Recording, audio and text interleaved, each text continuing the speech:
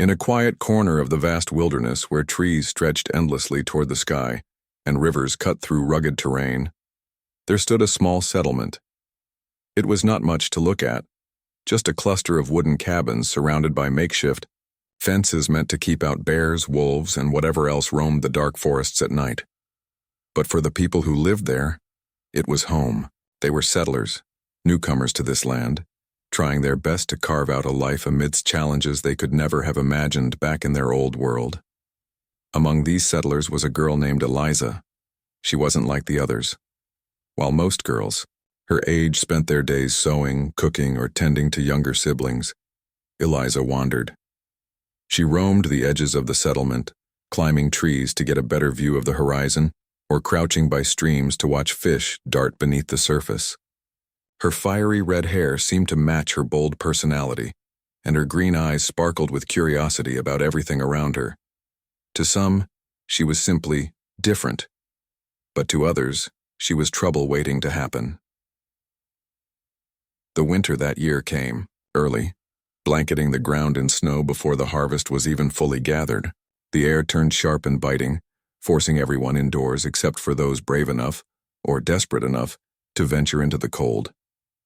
Food became scarce quickly, as supplies dwindled faster than expected. Arguments broke out over rations, and tempers flared easily. In such harsh conditions, survival often brought out the worst in people. Eliza noticed how things changed when times got tough. Neighbors who once shared meals now locked their doors against each other. Families hoarded what little food they had instead of helping those in need. One day, while walking past one of the larger cabins, she overheard raised voices inside. Peering through a crack in the wall, she saw several men arguing heatedly. At the center of the discussion was an elderly couple who hadn't been seen much lately. Their faces were gaunt, their clothes threadbare. They begged for help, explaining that their stores of grain had spoiled due to dampness and they had nothing left to eat. But the men refused. "We can barely feed our own families," one of them snapped. "Why should we give up what little we have?" Eliza couldn't believe what she was hearing. These were supposed to be good people, neighbors looking out for one another. Yet, here they were, turning away two frail elders without so much as a crust of bread. Something inside her snapped. Pushing open the door, she stepped into the cabin, her cheeks flushed with anger. "How dare you?" she exclaimed, her voice ringing out clearly despite her slight frame. "You call yourselves Christians? You won't share even a scrap with your own kin?" The room fell silent. All eyes turned to her, surprise etched on every face. No one had expected Eliza to speak up, let alone confront them so boldly. For a moment, no one said anything. Then one of the men, a burly figure with a thick beard, stepped forward. "Mind your place, girl," he growled. "This doesn't concern you?" "It does concern me," Eliza shot back, undeterred. "It concerns all of us. If we don't take care of each other, then what kind of community are we building here? What happens next time someone needs help? Will you just leave them to die too?" Her words struck a nerve. Some looked ashamed, glancing down at their boots or shifting uncomfortably. Others scowled, clearly irritated by her interference. The tension in the room grew thicker with every passing second. Finally, the bearded man spoke again, his tone icy. "Enough. Go home, Eliza. This is none of your business." She wanted to argue further, to scream until they listened, but she knew it wouldn't do any good. With one last glare, she turned and stormed out of the cabin, slamming the door behind her. Outside, the cold wind whipped at her face, stinging her cheeks. She clenched her fists, frustration bubbling inside her chest. How could they be so selfish? Didn't they realize that if they didn't stick together, none of them would make it through the winter? That night, Eliza lay awake in her tiny bed, staring at the ceiling. The fire in the hearth had long since burned down, leaving the cabin chilly and dim. Her parents slept soundly nearby, unaware of the turmoil brewing in her mind. She replayed the scene from earlier over and over again, each word echoing in her thoughts. Why did no one else see how wrong it was? Why did they cling so tightly to what little they had, refusing to share even the smallest amount? As dawn approached, bringing with it a pale light that filtered weakly through the frosted windows, Eliza made a decision. She wouldn't stay silent anymore. If the adults wouldn't act, then she would. Quietly slipping out of bed, she dressed warmly and crept outside. The snow crunched softly underfoot as she made her way to the storage shed where the settlement kept its communal supplies. It wasn't much. A few sacks of dried corn, some smoked meat, and a barrel of salt. But it was something. Eliza hesitated for only a moment before lifting the latch and stepping inside. She grabbed a small bag and began filling it with whatever she could carry. A handful of corn kernels, a strip of jerky, a pinch of salt wrapped in cloth. Her hands trembled slightly, not from fear of being caught, but from the weight of what she was doing. This was stealing, plain and simple, but in her heart she believed it was the right thing to do. How could feeding the hungry be wrong? Just as she finished packing the bag, a noise startled her, a twig snapping somewhere nearby. Freezing in place, she listened intently, her breath catching in her throat. Was someone watching her? Had she been discovered already? Slowly, she peeked out through the crack in the shed's door, scanning the area. Nothing moved except the swaying branches of the trees overhead. Letting out a shaky sigh, she slung the bag over her shoulder and slipped back toward the edge of the settlement. Her plan was simple. Deliver the food to the elderly couple under cover of darkness and return before anyone noticed she'd been gone. But fate had other plans. As she neared the outskirts of the settlement, a group of men emerged from the shadows, blocking her path. It was the same group she'd confronted earlier, the ones who had refused to help the elders. Their expressions were grim, their eyes hard and unforgiving. "So," the bearded man said, his voice low and dangerous. "What exactly do you think you're doing, Eliza?" Eliza froze, her heart pounding like a drum in her chest. The bag of food felt heavy on her shoulder, and she instinctively tightened her grip on the strap. Her mind raced, searching for an excuse, a lie, anything that might get her out of this situation. But before she could say a word, the bearded man stepped closer, his boots crunching in the snow. His shadow loomed over her, making him seem even bigger than he already was. "I asked you a question," he said, his voice sharp and cutting through the cold night air. "What are you doing sneaking around with stolen goods?" Eliza swallowed, hard, trying to steady her breathing. She knew there was no point in lying now. They'd clearly seen the bag. Instead, she lifted her chin, meeting his gaze as bravely as she could. "I'm taking food to the old couple," she said firmly. "They're starving. They need help." The man's scowl deepened. He glanced at the others standing behind him, their faces unreadable in the dim moonlight. Some looked uneasy, while others seemed angry, or maybe just tired of her defiance. Finally, he turned back to Eliza. "You think you're clever, don't you?" he spat. "Stealing from the settlement to play hero? Do you have any idea what happens when people start taking matters into their own hands?" "It's not stealing," Eliza shot back, her voice rising despite her fear. "It's sharing, something you all should have done days ago." Her words hung in the air like frost, sharp and biting. For a moment, no one moved or spoke. Then one of the men, a wiry fellow with narrow eyes, stepped forward. "She's got a mouth on her, doesn't she?" he muttered, shaking his head. "Maybe it's time someone taught her a lesson." A murmur of agreement rippled through the group. Eliza's stomach tightened, but she forced herself to stay calm. She couldn't let them see how scared she was. "Go ahead," she said, though her voice wavered slightly.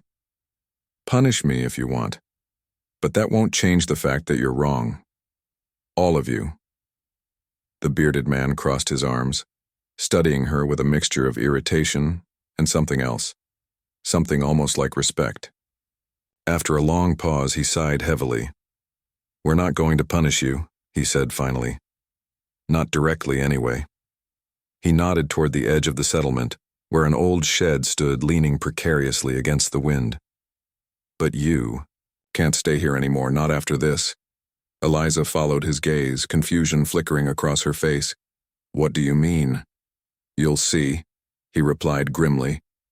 Without another word, two of the men grabbed her by the arms, dragging her toward the shed. She struggled, kicking and twisting, but they were too strong. By the time they reached the rickety structure, her breath came in ragged gasps. and tears pricked at the corners of her eyes, not from pain but from frustration and disbelief. Inside the shed, it was dark and bitterly cold. The wooden walls creaked in the wind and gaps between the planks let in icy drafts. A pile of old tools lay forgotten in one corner, covered in rust and dust. One of the men shoved her inside, none too gently, and slammed the door shut behind her. The sound echoed like a gunshot in the stillness of the night. For a moment, Eliza simply stood there, stunned. Her fingers brushed against the rough wood of the door as she tried to push it open, but it wouldn't budge. They had locked her in. Panic bubbled up in her throat, but she forced it down, reminding herself to think clearly.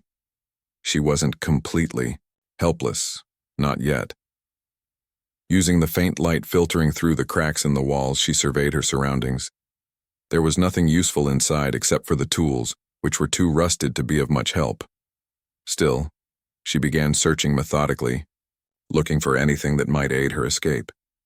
Her fingers closed around a piece of broken metal, a fragment of a hoe handle, and she tucked it into her pocket just in case. As the hours dragged on, the temperature dropped further, and the cold seeped into her bones. She wrapped her arms tightly around herself, trying to conserve body heat. Her breath formed clouds in the freezing air, and every exhale felt like a battle against the encroaching frost.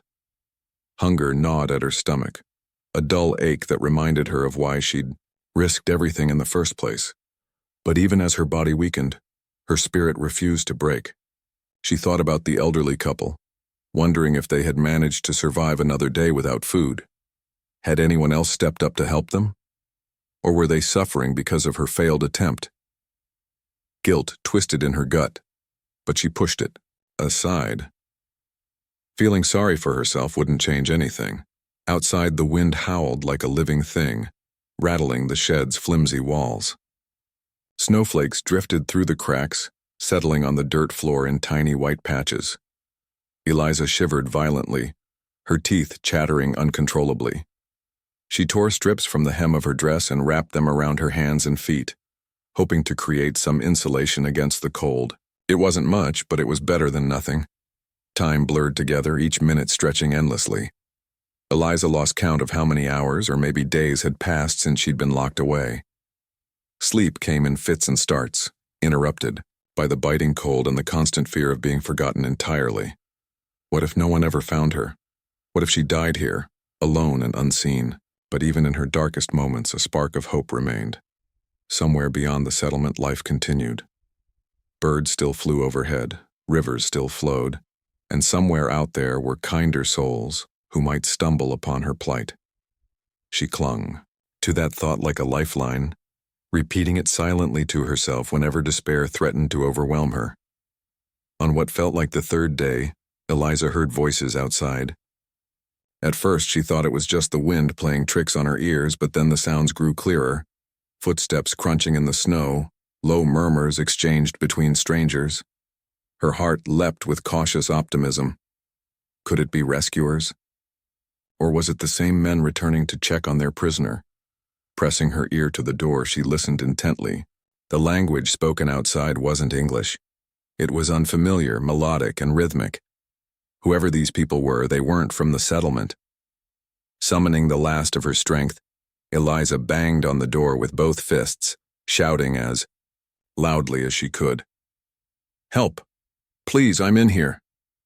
The footsteps stopped abruptly, followed by a brief silence. Then, to her immense relief, someone approached the shed. A moment later, the door creaked open, flooding the space with fresh, cold air and the sight of a tall figure silhouetted against the pale winter sky. The tall figure standing in the doorway was unlike anyone Eliza had ever seen. He wore a thick fur-lined cloak that shielded him from the biting cold, and his dark hair was tied back with a leather strap. His face bore markings, symbols painted carefully across his cheeks and forehead, that seemed to tell stories of their own. His eyes, sharp and steady, scanned the interior of the shed before landing on her. For a moment, neither of them moved or spoke. Then, without hesitation, he stepped inside, crouching slightly to avoid hitting his head on the low roof. Eliza stared at him, unsure whether to feel relief or fear. She had heard whispers about the native tribes who lived beyond the settlement's borders, how they were fierce warriors, protectors of their land. But she had also heard tales of their kindness, especially toward those in need. This man looked like both, a warrior and someone who cared deeply for others. Gathering what little strength she had left, she whispered hoarsely, "Please, help me." The man didn't respond immediately. Instead, he studied her closely, taking in her pale face, trembling hands, and the makeshift wraps around her fingers and feet. Then he nodded once, as if deciding something important. Reaching out, he gently pulled her to her feet, supporting her weight when she swayed unsteadily. His touch was firm but careful, and Eliza felt a flicker of safety for the first time in days. He led her outside, where two more figures waited near a cluster of horses. Like the first man, they wore cloaks and carried bows slung over their shoulders. They exchanged quiet words in their native tongue, their voices calm and measured. One of them handed the tall man a water pouch, which he offered to Eliza. She drank greedily, the cool liquid soothing her parched throat and reviving her just enough to think clearly again. Once she'd finished drinking, the man wrapped her in a second fur-lined blanket, tucking it tightly around her shoulders. He said nothing, but his actions spoke volumes. Eliza wanted to thank him, to explain what had happened, but her voice caught in her throat. Exhaustion and gratitude overwhelmed her, and tears spilled down her cheeks. The man noticed but didn't comment. Instead, he motioned toward one of the horses, helping her climb onto its back before mounting another himself. They rode through the forest in silence, the snow crunching softly beneath the horses' hooves. Eliza clung to the mane of her horse, leaning forward to block the wind from cutting into her already frigid body. Every bump and jolt sent waves of pain through her stiff muscles, but she endured it, knowing she was finally free from the shed. As they traveled deeper into the wilderness, the trees grew thicker, forming a natural shield against the harsh winter winds. The air smelled different here, cleaner, fresher, and Eliza found herself marveling at how alive everything felt despite the cold. After what seemed like hours, they arrived at a small camp nestled in a clearing surrounded by towering pines. Smoke curled lazily into the sky from several fires, and the sound of laughter and chatter filled the air. Children darted between tents made of animal hides, while women worked together to prepare food and mend clothing. Men stood nearby, sharpening tools or tending to the horses. It was a scene of life and warmth, so different from the bleakness of the settlement. The tall man dismounted first, then helped Eliza down. Her legs buckled under her weight, but he caught her before she could fall, guiding her toward one of the larger tents. Inside, the air was warm and smoky, lit by the glow of a central fire pit. A group of women sat around the flames, working on various tasks. When they saw Eliza, their expressions shifted from curiosity to concern. One of them, an older woman, with kind eyes and silver streaks in her braided hair, rose to her feet and approached them. The tall man spoke briefly to the woman in his language, gesturing toward Eliza.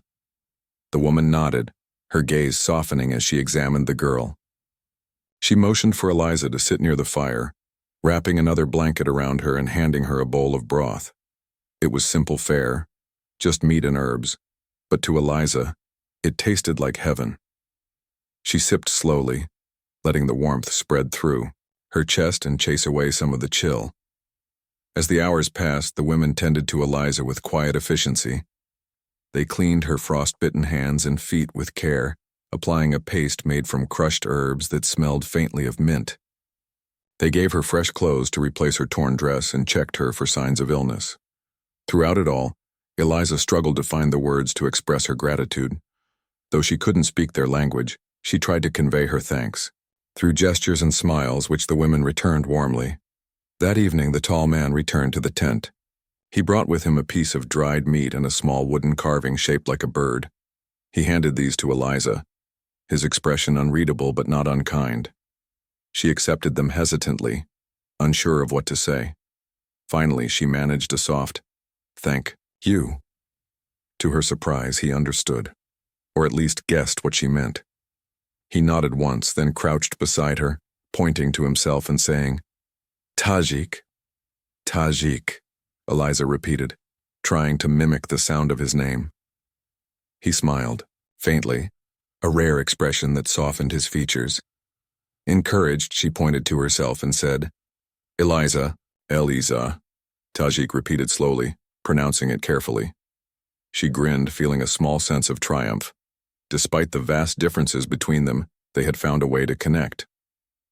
Over the next few days, Eliza began to settle into the rhythm of life in the camp.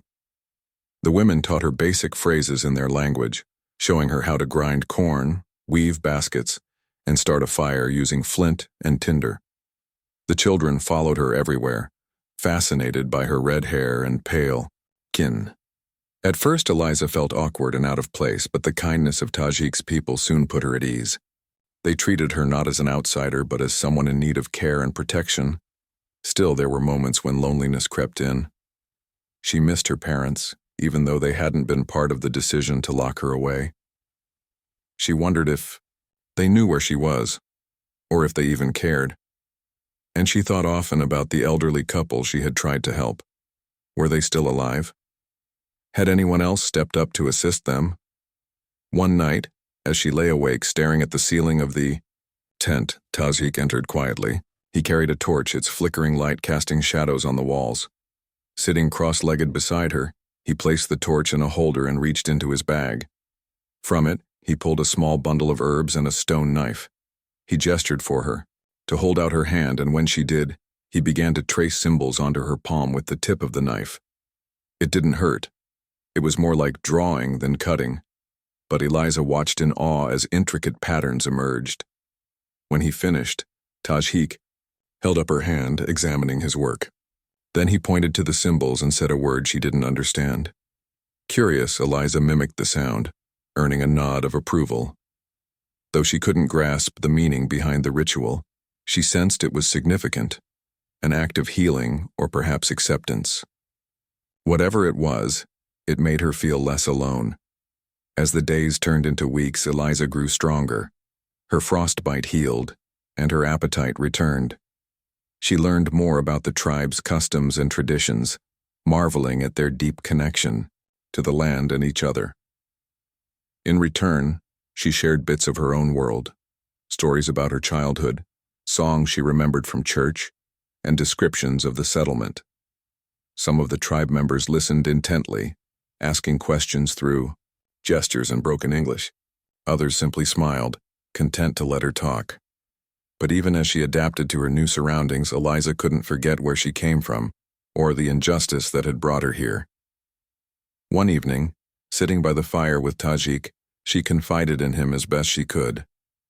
Using gestures and broken words, she described the settlers' cruelty, their refusal to share food, and the punishment she had endured for speaking out. Tajik listened silently, his expression thoughtful. When she finished, he placed a hand on her shoulder and said something in his language that sounded like reassurance.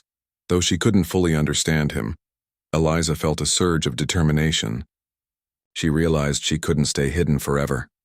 Sooner or later, she would have to return to the settlement, not to seek revenge, but to confront those who had wronged her and demand change. With Tajik's support, she began to plan her next move, knowing it wouldn't be easy but determined to see it through. As the weeks passed, Eliza grew stronger and more confident. The kindness of Tajik's people had given her not only physical strength, but also a renewed sense of purpose. She spent her days learning their ways, how to track animals in the Hiu snow, how to weave baskets from reeds, and how to read the signs of nature that others might miss. But as much as she appreciated their generosity, something tugged at her heart every day, the thought of the settlement she had left behind. Eliza often sat by the fire at night, staring into the flames and thinking about the people who had turned their backs on one another. She remembered the elderly couple, frail and desperate, pleading for help that never came. She thought of her own parents, silent and complicit in the cruelty of the community. And she thought of the men who had locked her away, believing they could silence her forever. The anger inside her hadn't faded. It burned brighter with each passing day. One evening, as the stars glittered above the camp, Eliza approached Tajik. He was sitting alone near the edge of the clearing, sharpening an arrowhead with steady hands. She hesitated for a moment before speaking, unsure of how to explain what she needed to say. Finally, she sat beside him and gestured toward the horizon, beyond which lay the settlement. "I need to go back," she said slowly, choosing her words carefully. Not to stay, but to face them. Tajik stopped his work and looked at her, his dark eyes searching hers. He didn't speak right away, and for a moment Eliza feared he wouldn't understand. But then he nodded slightly as if he had expected this. "Why?" he asked, using the simple English word he had learned. Eliza took a deep breath, trying to put her feelings into words. "They did wrong," she began. "They hurt people, they hurt me. I can't just forget it. If I do nothing, they'll keep doing bad things. Someone has to stop them." Tajik listened silently, his expression thoughtful. When she finished, he placed a hand on her shoulder, his touch firm yet gentle. "Brave," he said simply, meeting her gaze. Then he added, "Danger." Eliza nodded, understanding his warning. Returning to the settlement would be risky, she knew that. The men who had locked her away might not hesitate to harm her again if they saw her as a threat. But staying safe in the camp felt like running away, and that wasn't who she was. She wanted to stand up for what was right, even if it meant facing danger head-on. The next morning, Eliza began preparing for her journey. The women of the tribe helped her gather supplies, a small bag of dried meat, some strips of jerky, and a water pouch lined with animal hide. One of them gave her a pair of sturdy moccasins, far warmer than the worn boots she had arrived in.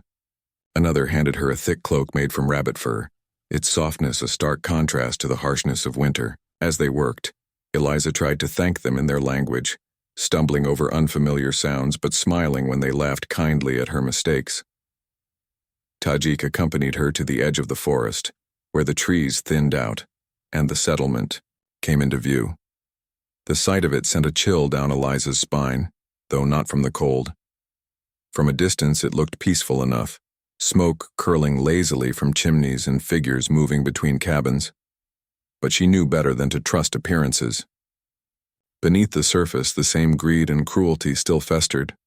Before parting ways, Tajik handed her a small object wrapped in cloth.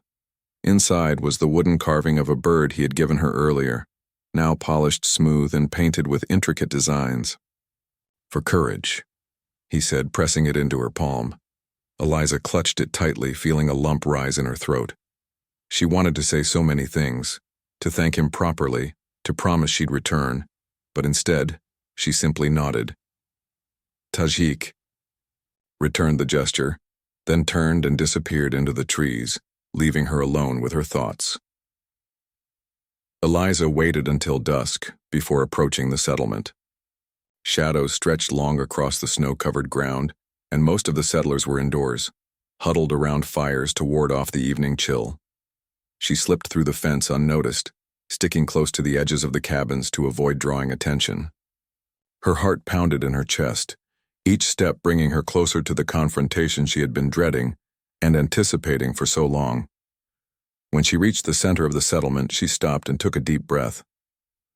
The square was empty, except for a few chickens pecking at scraps in the snow. Drawing on every ounce of courage she possessed, Eliza cupped her hands around her mouth and shouted as loudly as she could, "Come out!" Her voice echoed through the stillness, startling the chickens and drawing curious glances from nearby windows. Within moments, doors began to open, and people spilled into the square, their faces etched with confusion and surprise. Some recognized her immediately, their expressions shifting from shock to unease. Others whispered among themselves, pointing at her as if she were a ghost returned from the dead. Among them were the men who had locked her away, their postures stiffening as they realized who stood before them. Eliza scanned the crowd, her green eyes blazing with determination. "You thought I was gone," she called out, her voice steady despite the tremor in her legs. "You thought you could leave me to die in that shed and no one would care. But here I am." The bearded man stepped forward, his jaw clenched tightly. "What do you want, girl?" he demanded, his tone laced with irritation. "Haven't you caused enough trouble?" "I want the truth," Eliza shot back, her voice rising. "I want everyone to know what you did, not just to me, but to those elders who begged for help and got nothing. You let them starve because you were too selfish to share. Does that make you proud?" A murmur rippled through the crowd, some nodding in agreement while others shifted uncomfortably. The bearded man scowled, clearly unprepared for her boldness. "You don't know what you're talking about," he snapped. "We did what we had to do to survive." "No," Eliza interrupted, stepping closer. "You chose greed over kindness. You chose fear over hope. And look where it's gotten us. All of us. We're weaker because of it." Her words struck a nerve. Several people lowered their heads, unable or unwilling to meet her gaze. Even the bearded man seemed shaken, though he tried to mask it with anger. "Enough of this nonsense," he growled. "Go back to wherever you came from. No one wants you here." Eliza shook her head, refusing to back down. "This is my home too," she said firmly. "And I won't leave until things change. Until we learn to take care of each other instead of tearing each other apart." The tension in the square was palpable, the air thick with unspoken emotions. For a moment, it seemed as though the entire settlement held its breath, waiting to see what would happen next. Then unexpectedly, a voice rang out from the crowd. It belonged to a young woman holding a toddler in her arms. "She's right," the woman said softly, though her words carried weight. "We've been wrong. All of us." Her admission sparked a chain reaction. Others began to speak up, sharing stories of hardship and regret. A farmer confessed that he had hidden extra grain rather than share it with his neighbors.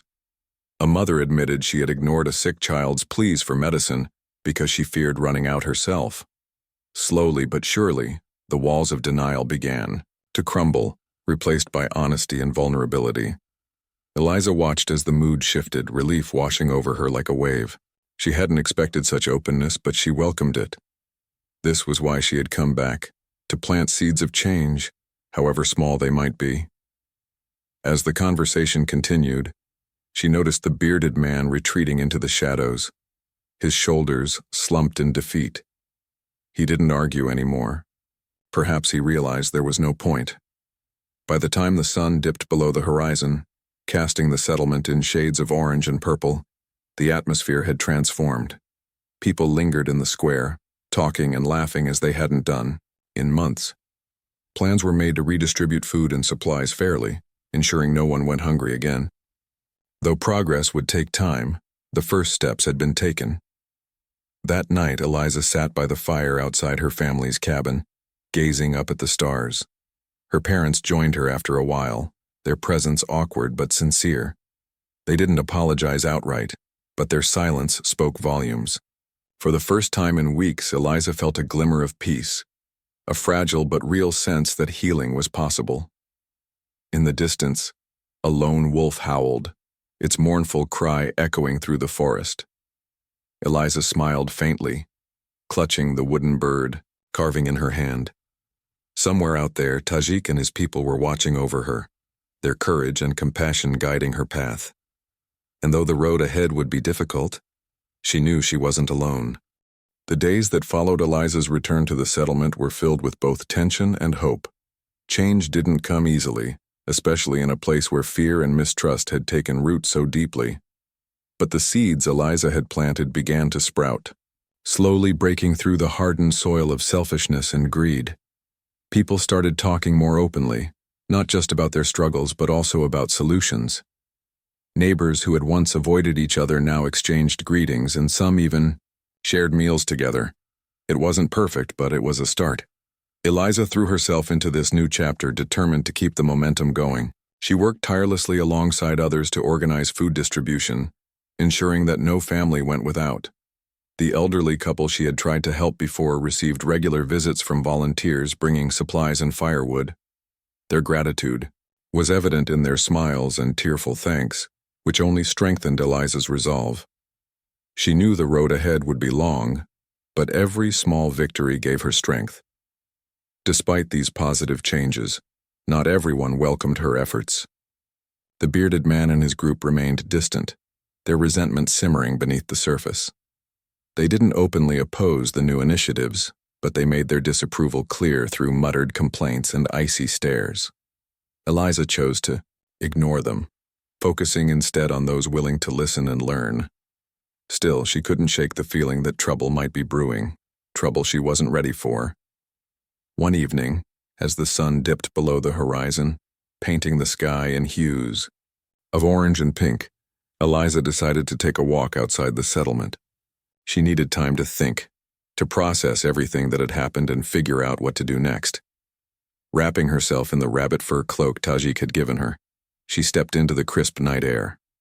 The snow crunched softly underfoot as she wandered toward the edge of the forest where the trees stood like silent sentinels against the fading light. As she walked, Eliza found herself thinking about Tajik and his people. She missed them, their warmth, their wisdom, their unwavering kindness. They had taught her so much during her time with them, not just about survival, but about living with purpose and compassion. She wondered how they were faring now, whether they thought of her often or if life had simply moved on without her. A pang of longing tugged at her heart, but she pushed it aside, reminding herself that she had chosen this path for a reason.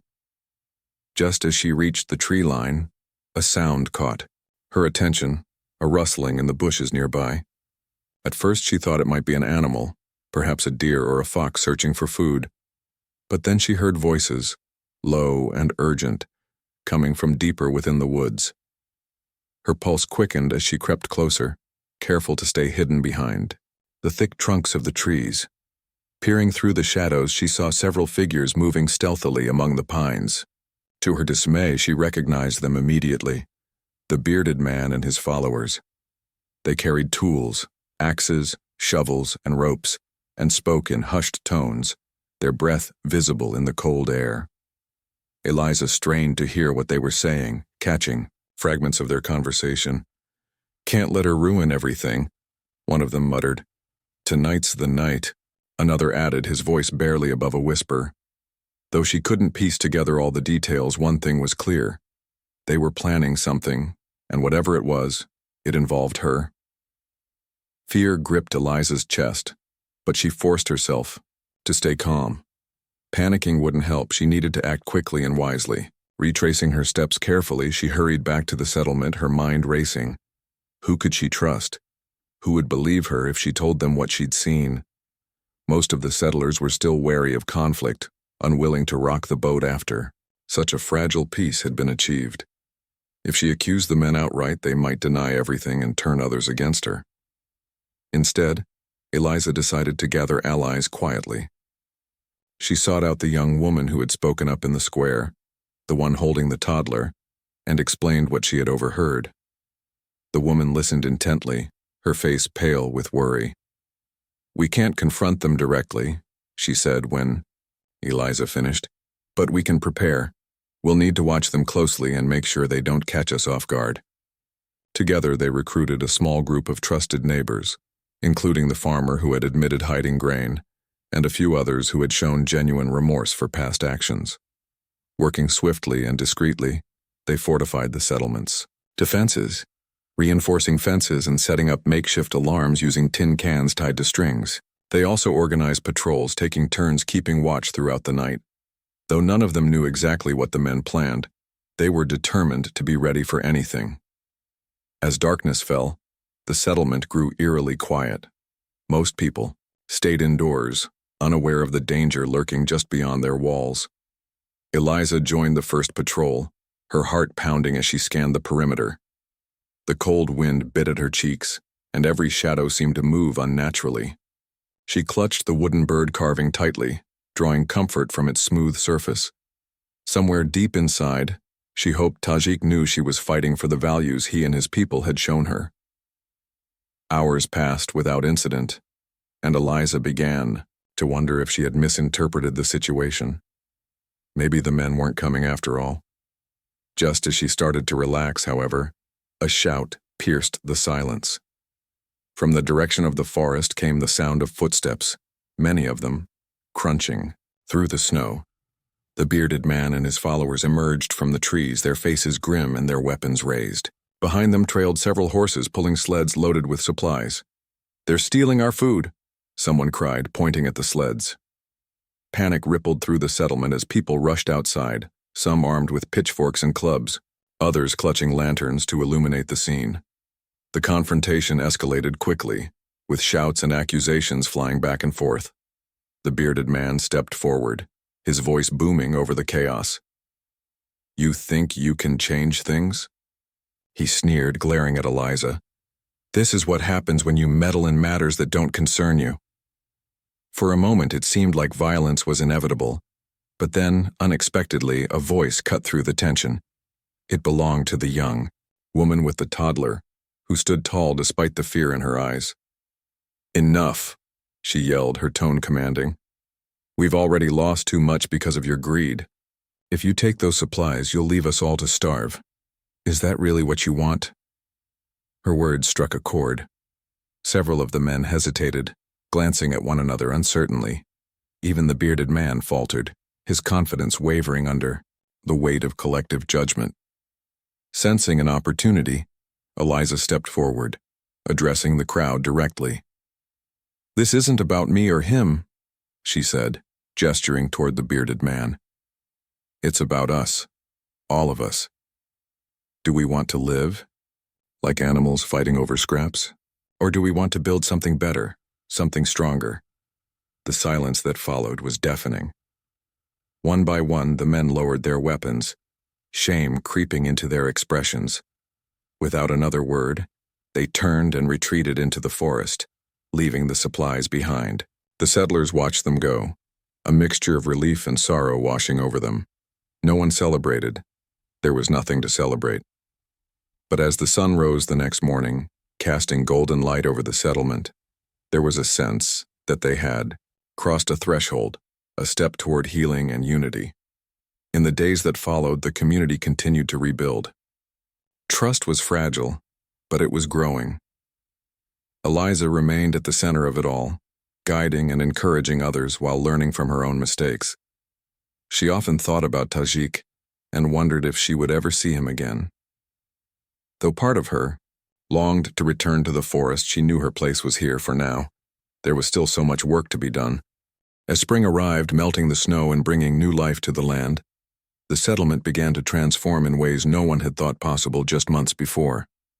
The once barren fields were now dotted with green shoots of crops, carefully planted and tended by hands that had learned to work together. Laughter echoed through the air again, replacing the tense silence that had hung over the community for so long. While scars from the past still lingered, people found solace in the progress they were making, and much of it was thanks to Eliza. Eliza herself had changed. She was no longer the restless girl who wandered the edges of the settlement, dreaming of adventure beyond its borders. Her time locked in the shed, her rescue by Tajik's people, and her fight to bring change had shaped her into someone stronger, wiser, and more determined than ever. Yet despite her growth, she often felt torn between two worlds: the settler's harsh but familiar life and the kindness and freedom she had experienced with Tajik's tribe. It was a conflict she couldn't ignore. One morning, as she walked along the riverbank gathering herbs, she spotted a figure standing at the edge of the forest. At first, she thought it was just another settler out hunting or chopping wood. But something about the way he stood, tall and steady, blending seamlessly with the trees, made her heart leap. She dropped her basket and ran toward him, her feet pounding against the damp earth. It was Tajik. He turned as she approached, his expression unreadable until she threw her arms around him in an impulsive hug. For a moment he seemed startled, but then he returned the embrace, his strong arms, wrapping around her like a shield. When she finally pulled back, tears streamed down her face, though she smiled through them. "You came," she whispered, her voice trembling with emotion. Tajik nodded, his dark eyes softening. "I heard you needed help," he said simply, using the broken English she had taught him. His words carried weight. They were a reminder of the bond they shared, forged not just by circumstance but by mutual respect and trust. Eliza shook her head, wiping her tears with the sleeve of her dress. I didn't call for help. I wanted to fix things myself. She gestured toward the settlement behind her, where smoke curled lazily from chimneys and children played near the water pump. We're doing better now, people are learning, but I miss your world. Tajik studied her closely, his gaze piercing yet gentle. He didn't respond immediately, instead reaching into his bag and pulling out a small bundle wrapped in cloth. Inside was a necklace made of beads and feathers, each piece carefully chosen and strung together. He held it up, placing it around her neck. For courage, he said, echoing the same words he had spoken when giving her the wooden bird carving. Eliza touched the necklace, feeling its warmth against her skin. Thank you, she murmured, though the words felt inadequate. She wanted to explain everything, the guilt she felt for leaving his people, the pride she took in helping her own, the longing she couldn't shake for the life she'd glimpsed in the forest. But she knew he understood without her having to say it. They spent the rest of the day walking together, talking about the changes in the settlement and the challenges that remained. Tajik listened intently, offering quiet advice when asked. He didn't judge or criticize. Instead, he encouraged her to keep pushing forward, reminding her that even small steps could lead to great change. By the time the sun began to set, painting the sky in fiery shades of orange and red, Eliza felt a renewed sense of purpose. Before leaving, Tajik handed her a small pouch filled with seeds. Plant these, he instructed, pointing to the ground. They will grow strong like you. Eliza accepted the gift, clutching it tightly in her hand.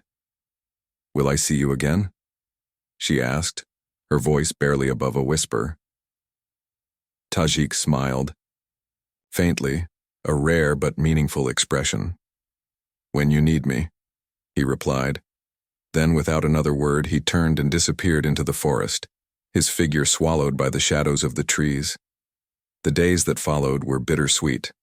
Eliza threw herself into her work, planting the seeds Tajik had given her and teaching others how to care for the crops. She wore the necklace every day, drawing strength from its presence.